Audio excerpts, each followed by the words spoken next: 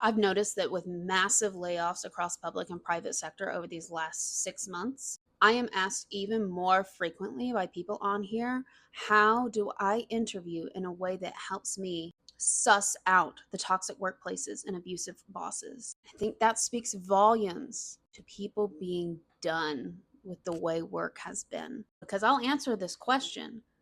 I would like to avoid working any place where ego is above fiduciary duty. Again, what can I ask to help flag this? And I'm going to give you responses, but you do not want to ask these if you are not willing to walk away from this opportunity, because a toxic workplace is not going to want to answer these. I just finished reading Rebels at Work by Lois Kelly and Carmen Medina, and I thought they had some great interview questions to answer your question, and I'll also throw in some of my own based on my research on the unwritten rules of work. So, this book is written by two major leaders, Lois Kelly in the private sector and Carmen Medina, who is an executive for the CIA. And they are now icons for causing amazing organizational changes. Like Carmen Medina, for example, was the mastermind behind Intellipedia, which is how all 5 intelligence agencies share information. And if you want to know how big of an effort that is, think about intelligence agencies. Do you think they like sharing information? And they point out that one of the things, if you're going to be what they call a good workplace rebel, someone who brings up good ideas and is really innovative,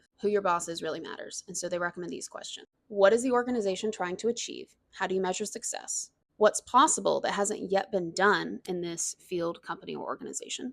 What are the greatest opportunities for the organization? You want to know if they're forward thinking. What you especially like about this organization's culture and work environment? What's the best assignment or project that you've been on? What made it so fulfilling? How do you deal with failure? How do you support people who question approaches that may no longer be effective and who see alternative ways of doing things?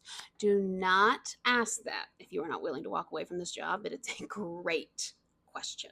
I would add, just ask them to describe their ideal employee, and then notice if what they describe is consistent with how you are willing to behave. But I think a lot of these questions are relevant for your ultimate question about ego versus fiduciary duty, because they get into how much does this person care about the mission of the organization. Leaders, I know these are scary questions to hear, but this is what I'm getting asked. This is what people are asking about, even with limited job options between AI, government downsizing, tariffs, etc. And knowing how to answer these questions might help you identify someone who's going to be more work for you, but they might also bring more bang for their buck. These are people who really care about what the mission is, are forward thinkers, and are innovative. So if that is what you value, you can signal to them that you do value this by knowing how to answer these questions.